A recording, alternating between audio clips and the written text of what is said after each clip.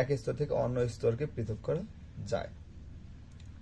Horizon হচ্ছে স্তরের চূড়ান্ত ধাপ, আর স্তর হচ্ছে হরাইজন গঠনের প্রাথমিক ধাপ।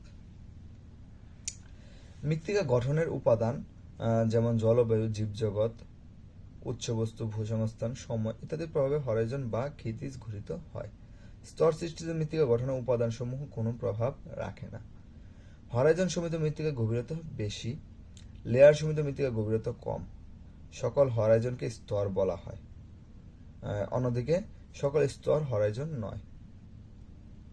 হরাইজনের ব্যবহারিক গুরুত্ব বেশি, কিন্তু স্তরের ব্যবহারিক গুরুত্ব কম। হরাইজন শায়িত কঠিন শিলার উপর গঠিত হয়, আর স্তর গঠিত হয় সোলামের উপর।